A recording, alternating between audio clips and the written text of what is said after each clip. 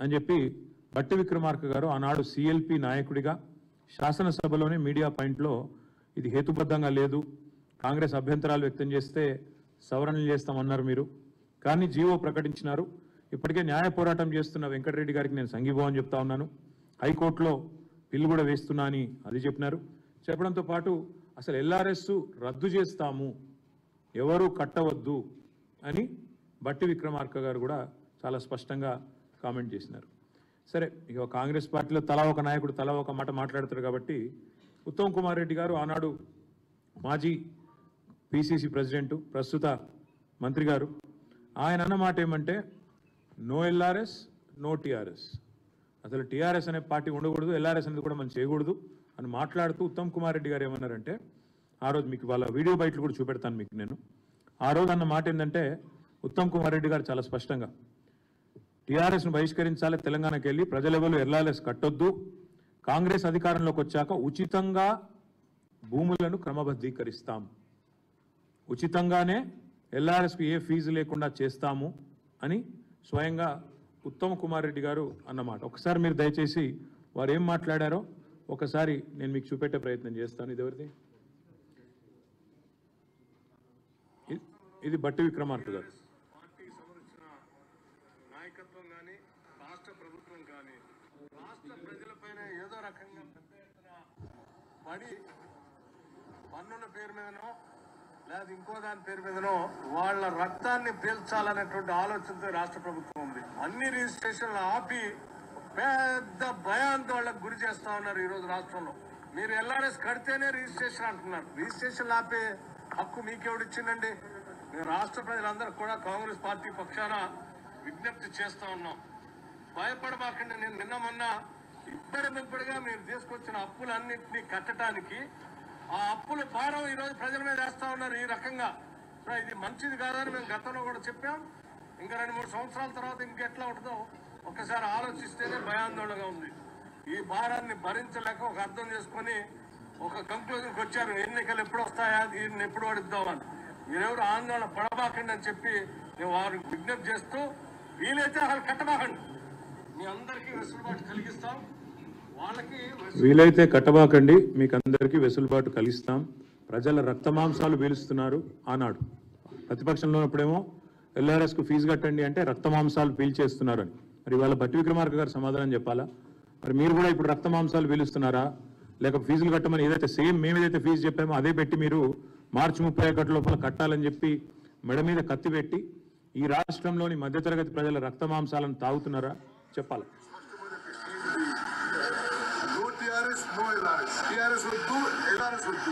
కాంగ్రెస్ ఏమొద్దు, మేము అధికారంలోకి వస్తాం, వచ్చినాక రెగ్యులరైజేషన్ ఉచితంగా చేస్తామని చెప్తున్నారు. నో టీఆర్ఎస్ నో ఎల్ఆర్ఎస్, మేము కాంగ్రెస్ అధికారంలోకి వస్తాం, రాగానే ఉచితంగా, మళ్ళొకసారి వినండి, ఉచితంగా. కాంగ్రెస్ పార్టీ స్పష్టమైన ప్రశ్న, no TRS no LRS, TRS వద్దు, ఎల్ఆర్ఎస్ వద్దు, కాంగ్రెస్ ఏమొద్దు, మేము అధికారంలోకి వస్తాం, వచ్చినాక రెగ్యులరైజేషన్ ఉచితంగా చేస్తామని చెప్తున్నారు. మేము అధికారంలోకి వస్తాం, రాగానే ఉచితంగా చేస్తాం. ఇది ఆనాడు ఉత్తమ్ కుమార్ రెడ్డి గారు. ఇది సీతక్క గారు. ఎల్ఆర్ఎస్ పేరుతోటి కొత్త మళ్ళా అంటే దోచుకోవడానికి, దాచుకోవడానికి, ప్రజల దగ్గర చిల్లిగా అవ్వలేకుండా చేయడానికి ఇదొక నాటకం.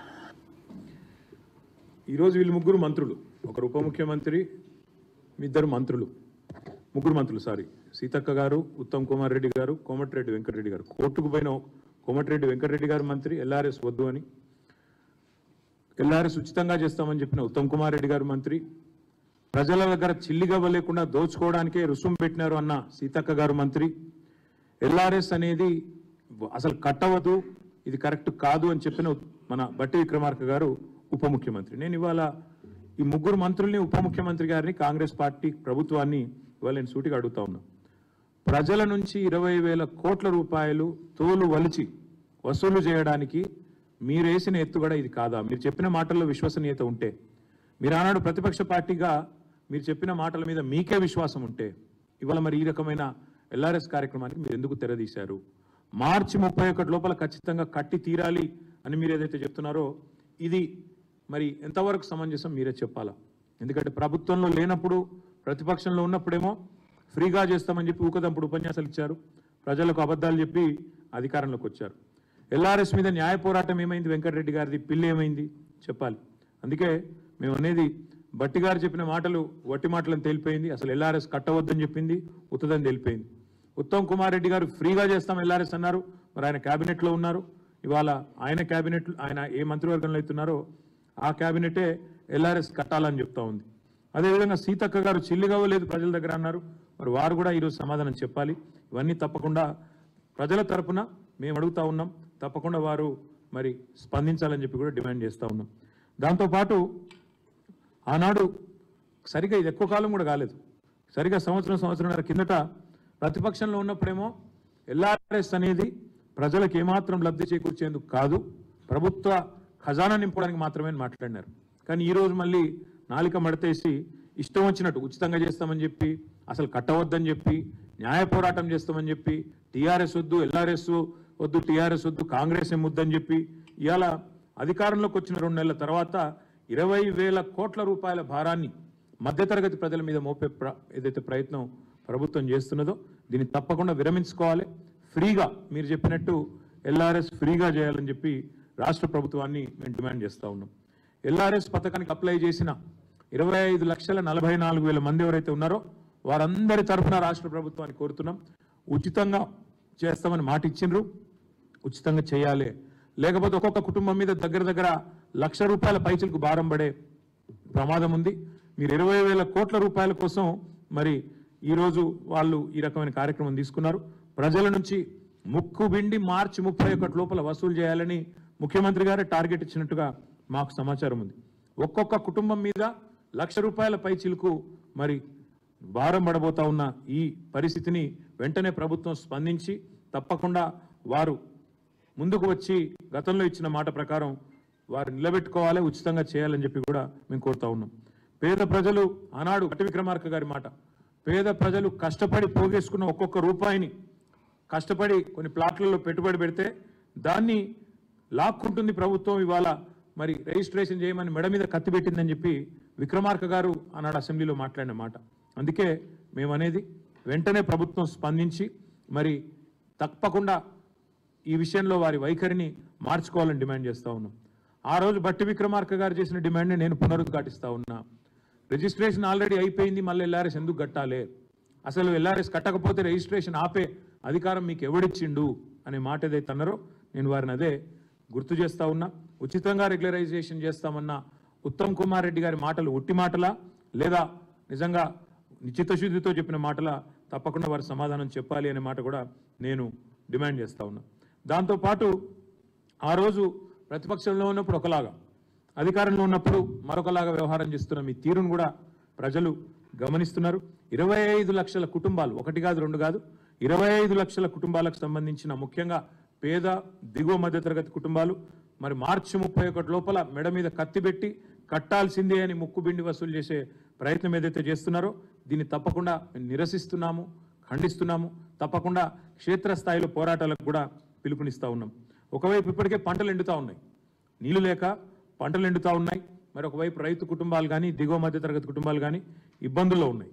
కాబట్టి కాంగ్రెస్ పార్టీ గతంలో ఇచ్చిన హామీని నిలబెట్టుకోవాలని డిమాండ్ చేస్తూ, ఉచితంగా ఎల్ఆర్ఎస్ను అమలు చేయాలని డిమాండ్ చేస్తూ, గతంలో ఈ మంత్రులు మాట్లాడిన మాటలు వారికి గుర్తు చేస్తూ 6వ తారీఖు నాడు, ఈరోజు 4వ తారీఖు, 6వ తారీఖు నాడు అన్ని నియోజకవర్గ కేంద్రాలు రాష్ట్ర వ్యాప్తంగా, హైదరాబాద్లో హెచ్ఎండిఏ కార్యాలయం దగ్గర, అదేవిధంగా జిహెచ్ఎంసీ కార్యాలయం దగ్గర, హైదరాబాద్ కాడికేమో హెచ్ఎండిఏ జిహెచ్ఎంసీ కార్యాలయం, మిగతా అన్ని నియోజకవర్గ కేంద్రాల్లో ధర్నాలకు పార్టీ పిలుపునిస్తూ ఉంది. ఇది మరి ప్రజలు కూడా మాతో కలిసి రావాలని చెప్పి కూడా విజ్ఞప్తి చేస్తూ ఉన్నాం. ఎవరైతే 25,44,000 కుటుంబాలు ఉన్నాయో దీనివల్ల నష్టపోయేవారు, దీనివల్ల ఇబ్బంది పడేవారు, వారందరూ కూడా మద్దతు చెప్పాలని చెప్పి కూడా మేము విజ్ఞప్తి చేస్తూ ఉన్నాం. 6వ తారీఖు నాడు రాష్ట్ర వ్యాప్తంగా ధర్నాలు కూడా చేయబోతా ఉన్నాం. నిరసన కార్యక్రమాల్లో ఇది మొదటిది కాబోతా ఉంది.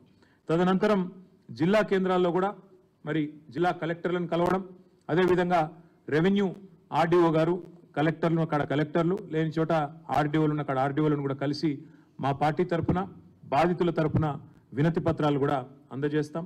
తప్పకుండా మా పార్టీ తరఫున న్యాయ పోరాటం కూడా చేస్తాం ఈ విషయంలో అని చెప్పి కూడా నేను విజ్ఞప్తి చేస్తా ఉన్నా. గతంలో మరి పిల్లేసిన వెంకటరెడ్డి గారు, గతంలో పెద్ద పెద్ద మాటలు చెప్పిన బట్టి విక్రమార్క గారు, ఆనాడు ఫ్రీ అని ఇవాళ ఫీజు అడుగుతున్న పెద్దలు ఎవరైతే ఉన్నారో వీరందరినీ కూడా నేను విజ్ఞప్తి చేస్తా ఉన్నా, స్పందించండి. తప్పకుండా మీరు స్పందించి మీ వైఖరి మరి మార్చుకొని తప్పకుండా మీరు ముందుకు రావాలని విజ్ఞప్తి చేస్తూ, మరి ఈ వీడియోలు ఏవైతే బట్టి గారు చెప్పిన మాటలు, ఏదైతే సీతక్క గారు చెప్పిన మాటలు, ఉత్తమ్ కుమార్ రెడ్డి గారు చెప్పిన మాటలు ప్రతి గ్రామానికి ప్రతి పట్టణానికి కూడా సోషల్ మీడియా ద్వారా కూడా విస్తృతంగా పంపిస్తాం. వీళ్ళ ద్వంద్వ వైఖరిని, వీళ్ళ రెండు నాలుకల విధానాన్ని, ప్రతిపక్షంలో ఉన్నప్పుడు ఒకలాగా అధికారంలో ఉన్నప్పుడు మరొకలాగా మాట్లాడే వైనాన్ని కూడా ఎండగడతాము. తప్పకుండా 6వ తారీఖు నాడు అన్ని నియోజకవర్గ కేంద్రాల్లో నిరసనలు, 7వ తారీఖు నాడు అన్ని ఆర్డీఓ కార్యాలయాలు, అదేవిధంగా కలెక్టర్ ఆఫీసులను కాడ 33 జిల్లాల్లో కలెక్టర్లకు కూడా విజ్ఞాపన పత్రాలు ఇస్తాం. అప్పటికి ప్రభుత్వం దిగిరాకపోతే న్యాయ పోరాటం కూడా ఈ 25 లక్షల కుటుంబాల తరఫున చేస్తాము. మేము కూడా ప్రజలకు విజ్ఞప్తి చేస్తూ ఉన్నాం. ఎల్ఆర్ఎస్ కట్టమని ఎవరైతే అధికారులు ఒత్తిడి చేస్తూ ఉన్నారో, ఫోన్లు చేస్తూ ఉన్నారో వారిని అడగండి, నిలదీయండి. మరి మీరే చెప్పారు కదా కాంగ్రెస్ వస్తే ఫ్రీగా ఎల్ఆర్ఎస్ అని చెప్పారు కదా, ఇవాళ ఎందుకు మాట నిలబెట్టుకోవట్లేదు అనే మాట కావాలంటే ఉత్తమ్ కుమార్ రెడ్డి గారి వీడియోని, బట్టి విక్రమార్క గారి వీడియోని, సీత